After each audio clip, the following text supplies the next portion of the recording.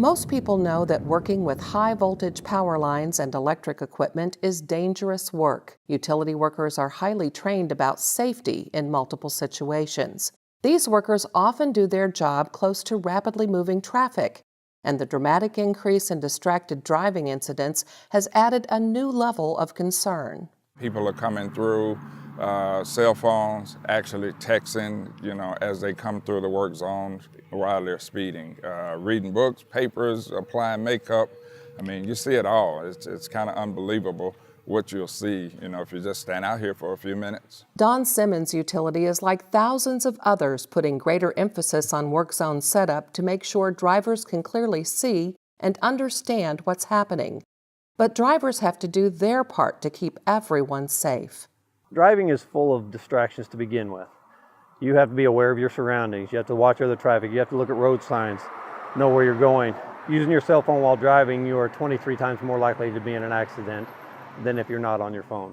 Trooper Sean Ramsey says it only takes a moment of distraction to cause an accident, and that's been a factor in multiple work zone incidents. This Minnesota utility crew is among several that have had a close call. We had 3 big trucks here. Everything had flashing lights, everyone had high vis on. To me, that should have stood out to the individual who was driving. And I mean, he was obviously distracted thinking about his next load or so, who knows what he was doing. Ross Byreth was one of 3 linemen high up in buckets on a remote highway when a large dump truck came barreling through their work zone. It failed to slow down as Ross was pulling a line across the highway from one pole to another. What I remember is when I seen the truck, I looked over at the wire and I knew it wasn't high enough. And all I could think was, I can't get it higher that fast. I figured, let it go, and it went down, and it didn't. It went down, but just not far enough, because it was at an angle off that pole, and it just snagged the truck, and yeah, just couldn't get down fast enough. And he was moving, he couldn't slow it down. It was a big gravel truck, and yeah, I mean, it happened so fast. These 2 guys and these poles, this pole and this pole, they ducked. Everyone ducked for cover. On the ground, the flagger got caught in the snagged line and was knocked down. I was very scared what may have happened to Tyler, because 35 feet in the air you can't see, and I didn't see the wire actually hit him because I was in the bottom of my bucket, so I would have gotten maybe my head ripped off or something like that. We don't know what's going to happen, so I was very scared. He was bruised up a little bit. He walked with a limp for a few days, but we were lucky. These workers were lucky. Others have not fared as well. At least 4 utility workers have been killed and many more injured in multiple serious incidents.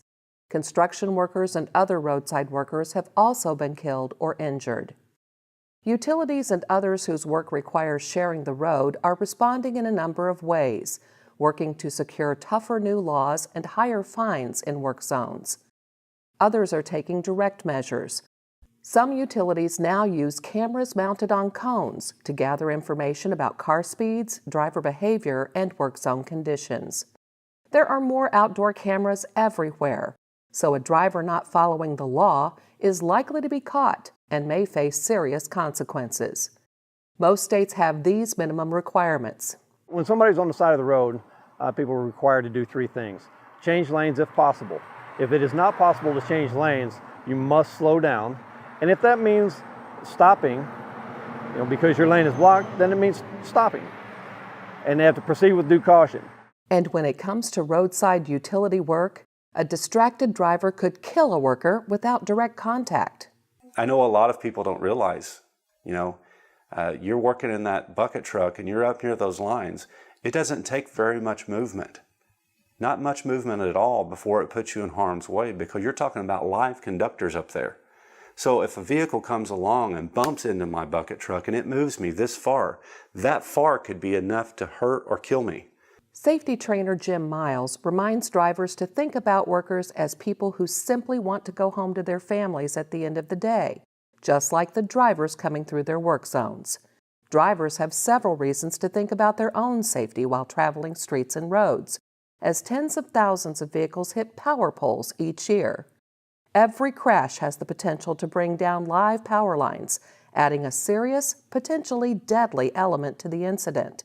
Whenever lines are sagging or down, drivers must know the right steps to take to survive. Utilities and law enforcement urge everyone to zone in on safety. Defensive driving and taking the time to focus on the task at hand protects everyone. And if you've never had to go tell a family that their loved one's dead, you probably don't understand how devastating it is. Treat driving like a job. You have one job to do. That's to get from point A to point B safely.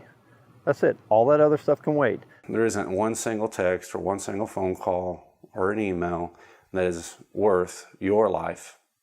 And I promise you, it's not worth multiple lives, because there are other people out there that you may end up hurting without ever meaning to, just because you wanted to answer a text or a phone call. There are a lot of other people than utility crews that are out there working along the side of the road.